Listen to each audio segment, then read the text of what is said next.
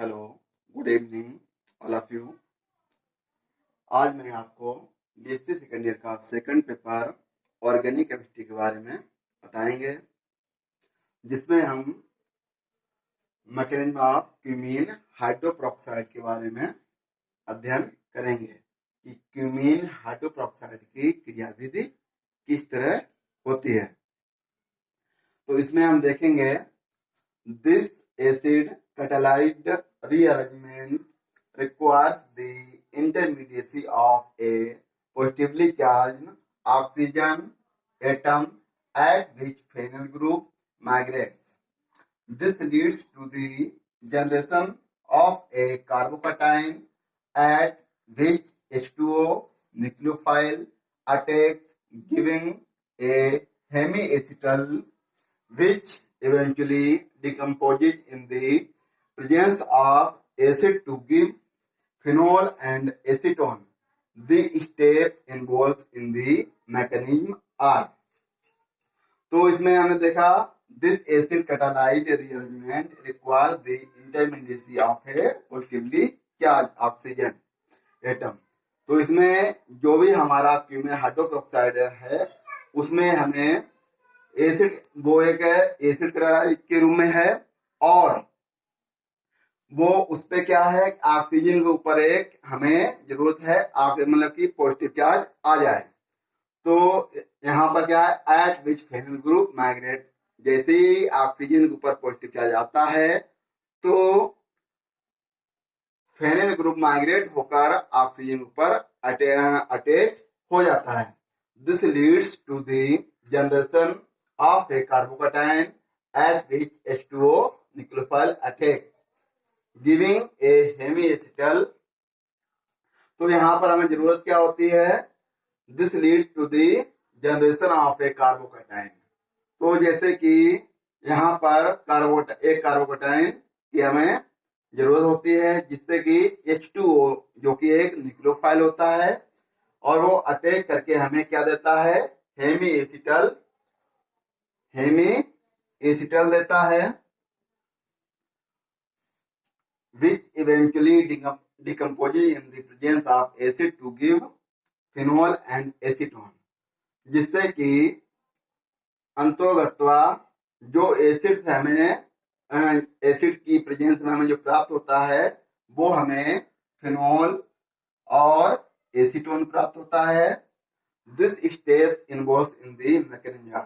इस क्रियाविधि में जो भी स्टेप संयुक्त रूप से इन्वॉल्व है उसको हम एक एक करके देख रहे हैं। तो यहाँ पर सबसे पहले हम देखेंगे कि क्यूमीन हाइड्रोपेरोक्साइड, जिसमें CH3 पीएच, यहाँ पर हम बताएं पीएच इक्वल टू यहाँ पर है C6H5, जिसका नाम है फेनिल। यहाँ पर जो पीएच है वो है C6H5 और जिसका नाम है फेनिल। तो यहाँ पर कार्बन परमाणु से एक CH3 ऊपर, एक CH3 नीचे और एक C6H5 के साथ 2 O और एक H जुड़ा हुआ है, जिसका नाम है क्यूमीन हाइड्रोपेरोक्साइड। तो क्यूमीन हाइड्रोपेरोक्साइड, जैसे कि ऑक्सीजन के ऊपर 2 लोन पेयर होते हैं, तो यहाँ पर लगे हुए हैं, इस ऑक्सीजन के ऊपर 2 लोन पेयर, इस ऑक्सीजन के ऊपर 2 लोन पेयर, जिससे ये पूरा कंपाउंड एक मिलकर एसिड क्यूमीन हाइड्रोपेरोक्साइड बना। अब इसका हम क्या करते हैं, प्रोटॉनीकरण करते हैं। तो जैसे ही इसका प्रोटॉनीकरण करते हैं तो ये ऑक्सीजन पर आकर अटैच होता है। तो जैसे ही हाइड्रोजन ऑक्सीजन पे अटैच होगा, उसी क्षण ऑक्सीजन के ऊपर प्लस चार्ज आ जाता है, जैसा कि यहाँ पर। तो ये पूरा कंपाउंड ये क्या बन गया है, ऑक्सोनियम आयन। ऑक्सोनियम आयन बना। तो यहाँ पर क्या है कि जो पॉजिटिव आयन आया तो इतना ये वाटर का मॉलिक्यूल, ये इतना जो है वाटर का मॉलिक्यूल यहाँ से रिलीज हो जाएगा और ये पॉजिटिव चार्ज यहाँ से उठकर इस ऑक्सीजन के ऊपर आ जाता है। ये इतना ऑक्सीजन वाटर मॉलिक्यूल यहाँ से रिलीज हो गया और ये पॉजिटिव चार्ज यहाँ से आकर इस ऑक्सीजन पर आ जाएगा। जैसे ही इस ऑक्सीजन पर आगे देखते हैं, ये इस ऑक्सीजन पर जैसे ही पॉजिटिव चार्ज आता है उसी क्षण ये फेनल ग्रुप, हमने बताया पीएच मीन्स है C6H5, तो यहाँ पर फेनल ग्रुप यहाँ से मूव होकर ऑक्सीजन पर आ जाता है, जिससे कि ये जो प्लस चार्ज है वो यहाँ से आकर कार्बन के ऊपर आ जाता है। तो ये एक बनता है इंटरमीडिएट। इंटरमीडिएट ये है कि फेनल की पोजीशन यहाँ पर कार्बन के ऊपर भी है और कुछ देर बाद ये ऑक्सीजन के ऊपर आकर जुड़ जाएगा, जिससे कि ये प्लस चार्ज जो है वो आकर कार्बन पर यहाँ पर आ जाएगा, जिससे कि ये एक इसकी हम रीअरेंजमेंट रिएक्शन करेंगे तो ये एक कार्बोकैटायन बनाएगा।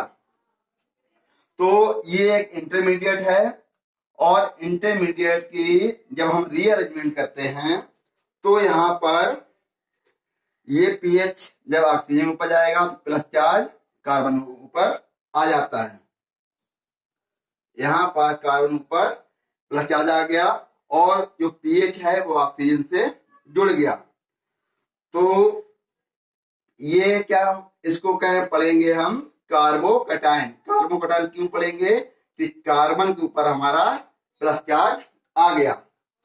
अब हम यहाँ पर ये जो लोन पेयर है, ऑक्सीजन ऊपर जो लोन पेयर है वो यहाँ से अटैक करके इस सिंगल बॉन्ड पर अटैक करेगा, जिससे कि ये डबल बॉन्ड हो जाएगा और प्लस चार्ज यहाँ से उठकर ऑक्सीजन ऊपर आ जाएगा, जिससे कि इस कार्बोकैटायन की जो रेजोनेंस स्ट्रक्चर है वो ये है कि जब लोन पेयर यहाँ से उठकर इस सिंगल बॉन्ड पर अटैक करते हैं तो ये डबल बॉन्ड हो जाएगा।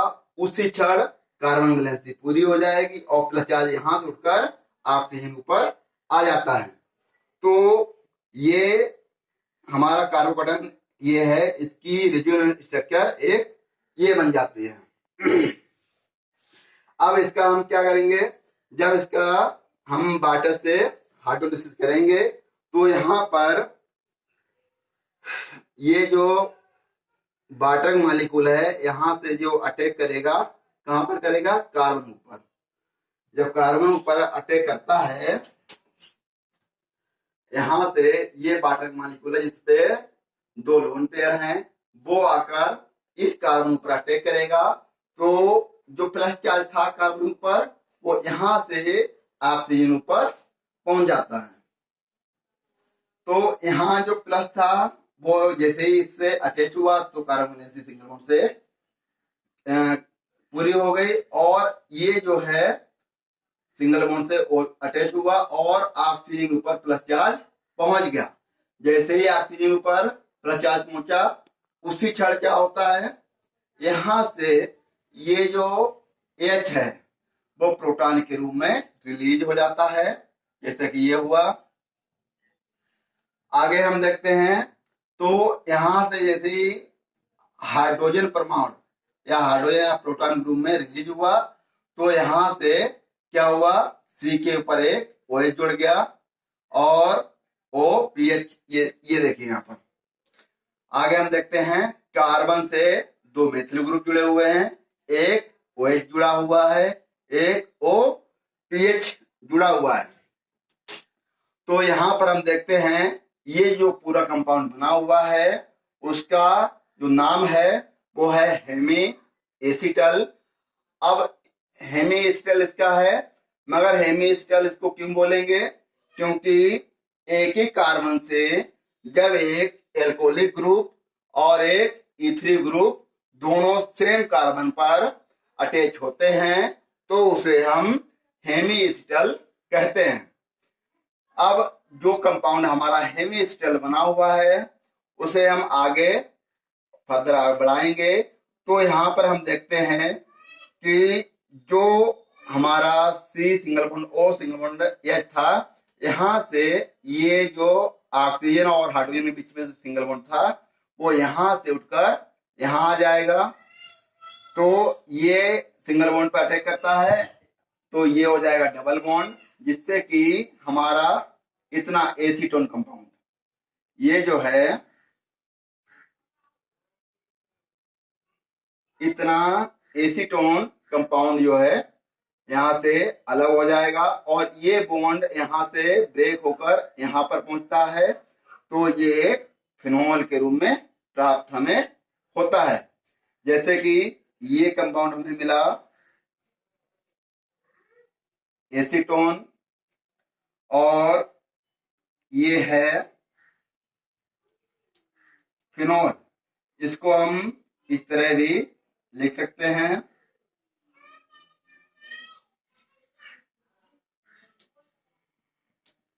ये फिनोल है। तो जैसा कि मैंने देखा कि मैकेनिज्म ऑफ क्यूमीन हाइड्रोपेरोक्साइड की जब हम क्रियाविधि करते हैं तो हमें अंतोगत्वा एसीटोन और फिनोल